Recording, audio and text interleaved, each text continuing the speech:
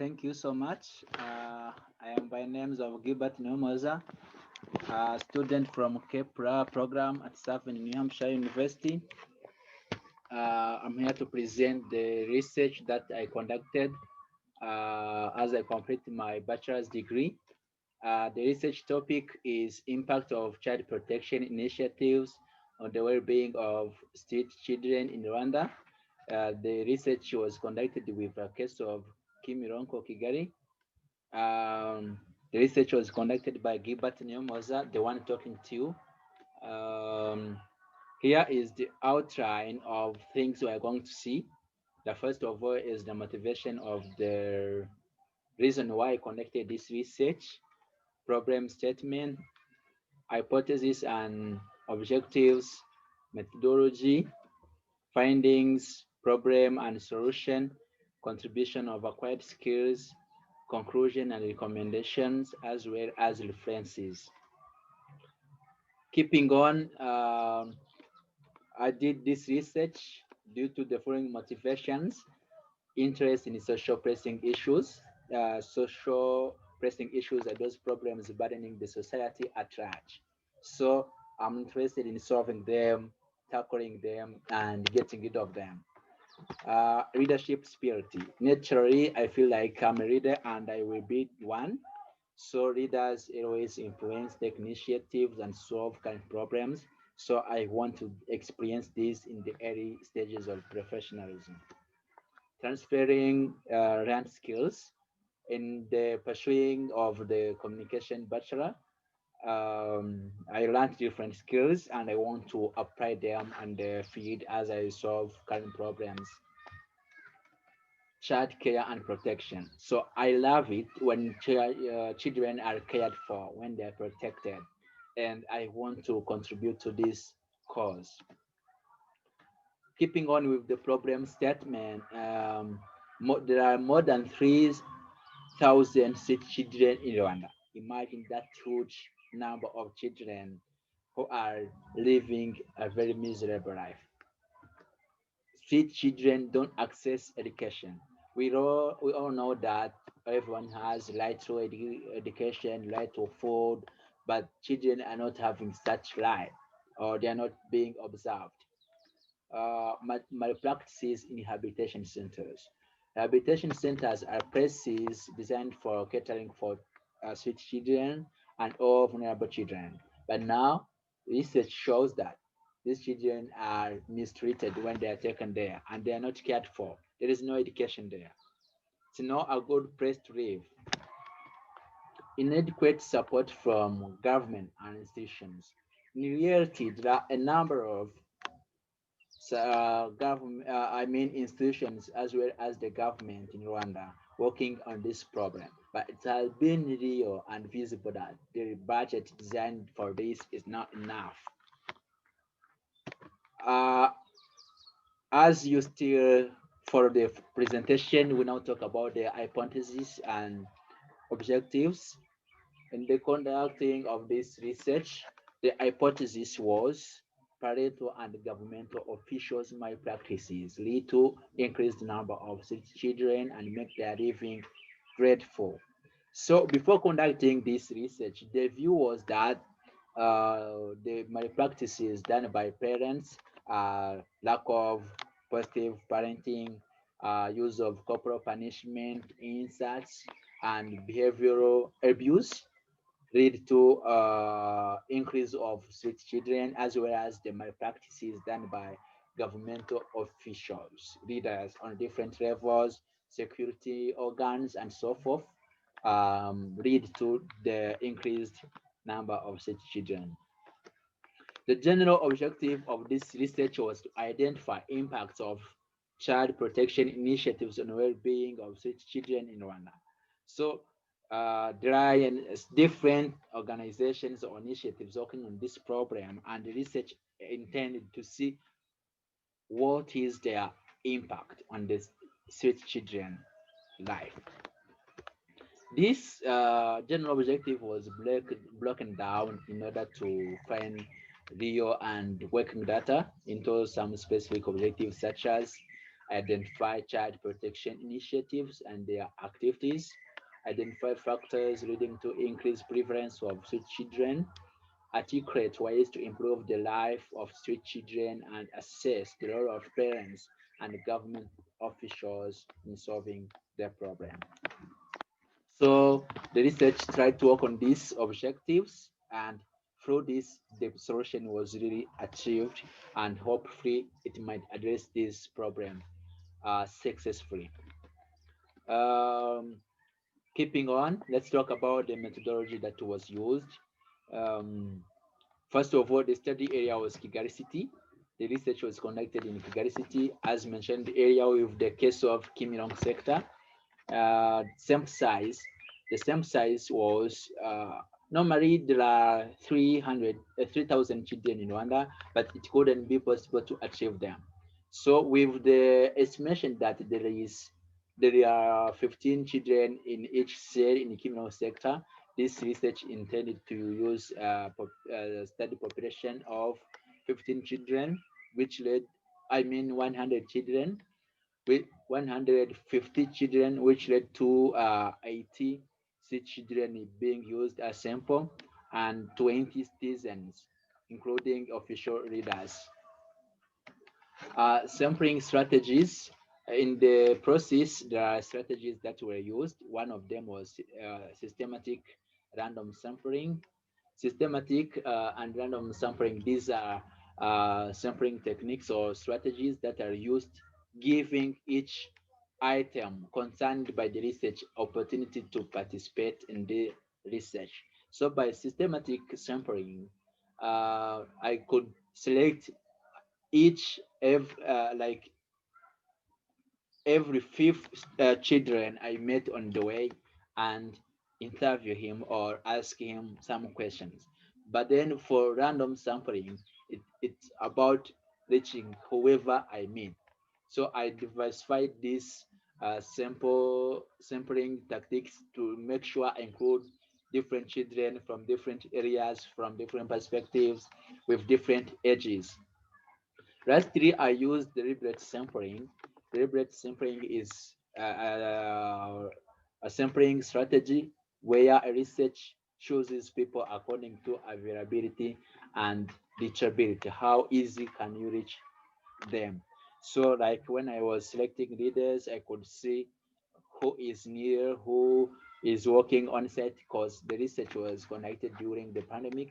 Some were working from home and we were outside the Kigali city. So I had to see who is available and who can be easily reached. Next, let's talk about the findings. In the research, we first of all looked for child protection initiatives which are available so that there is Save the Children in Rwanda, Reach the Children in Rwanda, and the Children of Rwanda. These are some organizations that are working on the helping children in Rwanda. These organizations work with district to address the problem. These organizations don't go straight forward to the children, but they work with district to address the problem instead. In the process, there are some challenges in order to address the problem successfully. First of all, there are no specific organizations meant for street children. These ones mentioned above, they help children in general, which at some point don't care about those who are living on the street.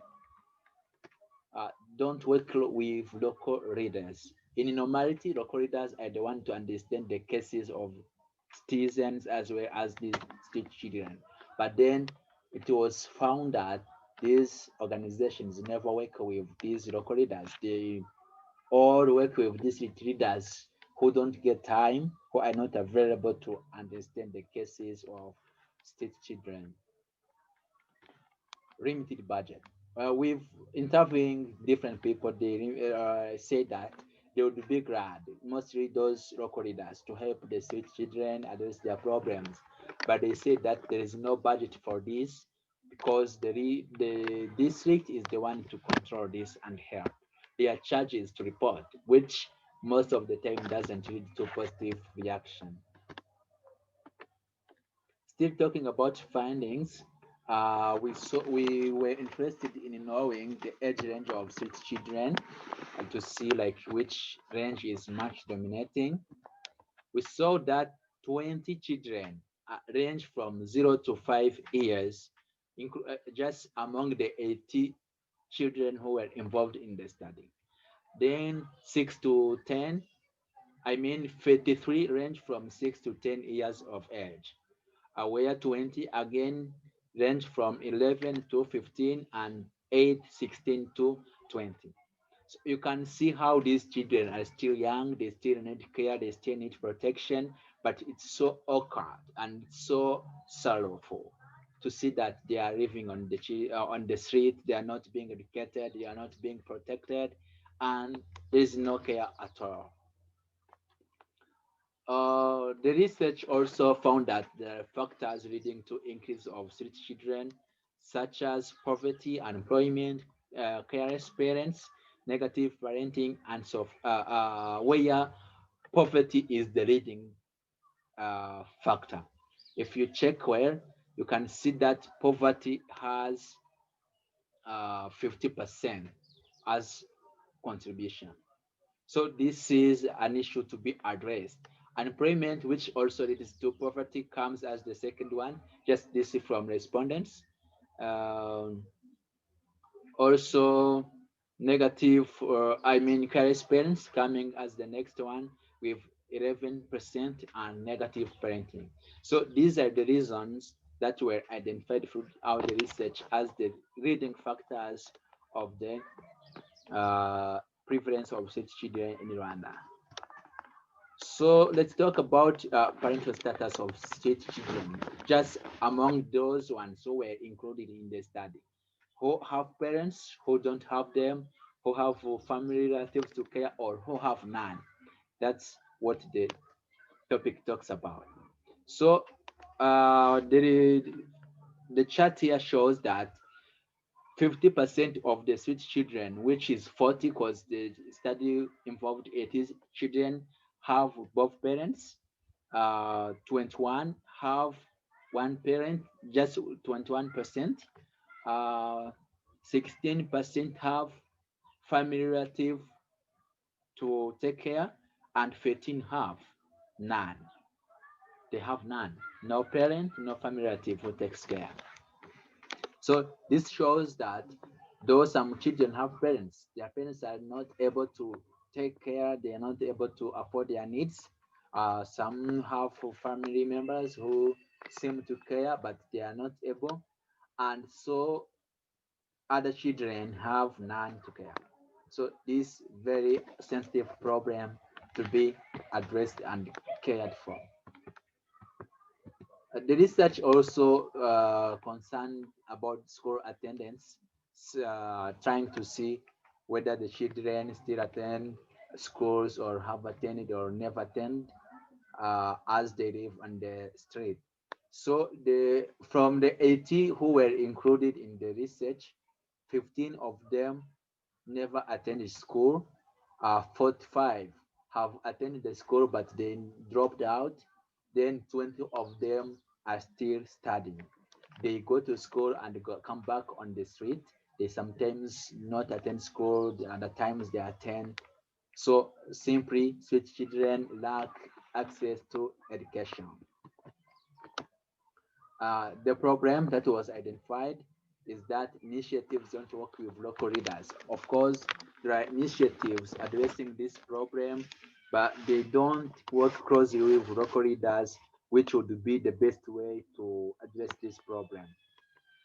My practices in rehabilitation centers. So rehabilitation centers, as said before, these are places prepared for children who are on the street who are vulnerable or marginalized, but now these places are not helping them. When children are taken there, they're being mistreated, subjected to hunger, and this is not a place to support them.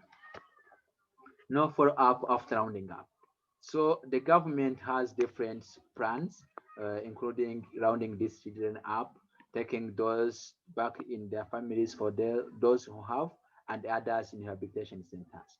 But after this is done, There is no follow-up to ensure they are supported and maintained. So this makes them come back on the street. Lack of budget in local leaders. So local leaders still claim that they would be engaged in this problem and solve it, but they don't have access to budget. They cannot solve this problem because it requires budgeting, which they don't have. Solution based on the data and the problem that was found. The solution is that services should be brought in locality or in local leaders, in local society. It shouldn't be provided by district leaders who are not close to the impacted people. So here is a plan of how the solution can be implemented. First of all, the services that were provided by district should be brought down to sector and cell levels. Next, the cell and sector leaders will record or investigate every child living on the street, then record them and register them for design services. Rounding up street children. So these children now will be again rounded up and take those who have families back in their families and those who have none into rehabilitation centers. After taking them in these places, they will be supporting them, providing them with food, clothes, sanitary materials, and so forth to ensure they don't go back on the street. Again, seeking schools uh, to, to admit these children. After these children are taken back in for, either homes or rehabilitation centers, there is a need to work with schools to get them enrolled so they access education and providing them with basic needs such as school materials. So after this, there will be regular and repetitive follow-up in their schools, families, and rehabilitation centers. So after leaders have done all this, they need to keep following up to see how the positive change is taking place and additional support that might be provided. Contribution of acquired skills. As I completed this research, there are skills that I gained from pursuing communications that played a very big role. For instance, research skills. Um, as this was research, so I used the research skills that I learned from communication. I learned how to conduct research, how to prepare for research, how to do literature review, how to present data, how to analyze data, and so forth. So these skills were much important in the process. Public speaking skills. So one of the methods that was used in the research is interview. So with interview, I use public speaking skills to make my message clear, to communicate with respondents uh, effectively, to ensure that I could get effective and meaningful message back from them. Analytical skills. So after getting data, I had a task of analyzing it to see what it means and what is the real problem on the field. So I used analytical skills that I learned from all the process I went through in Kepra, and lastly, critical thinking skills. So from design courses that I took from Kepra and CFA, I learned how to think critically, which was the key to finding a working solution for this problem. Then documentation skills. This research was all about documenting, starting from the scratch up to the end. I had to document. So I learned documentation skills from Kepra courses. So they played a very big role as I completed this research. So here is a conclusion and recommendation depending to the problem and solution given. Uh, Starting by conclusion, poverty and unemployment are the leading factors to the problem of street children in Rwanda. Um, Initiatives should work with local leaders. There are initiatives solving this problem, but for the solution to be effective, they need to work with local leaders who follow up the cases of Street Children, follow up children in families and rehabilitation centers as well as schools. After the local leaders have worked with the initiatives and have got the children back in their families, uh, in rehabilitation centers and schools, there is a need to follow up so as they know every conditions they live in and identify additional support that should be needed.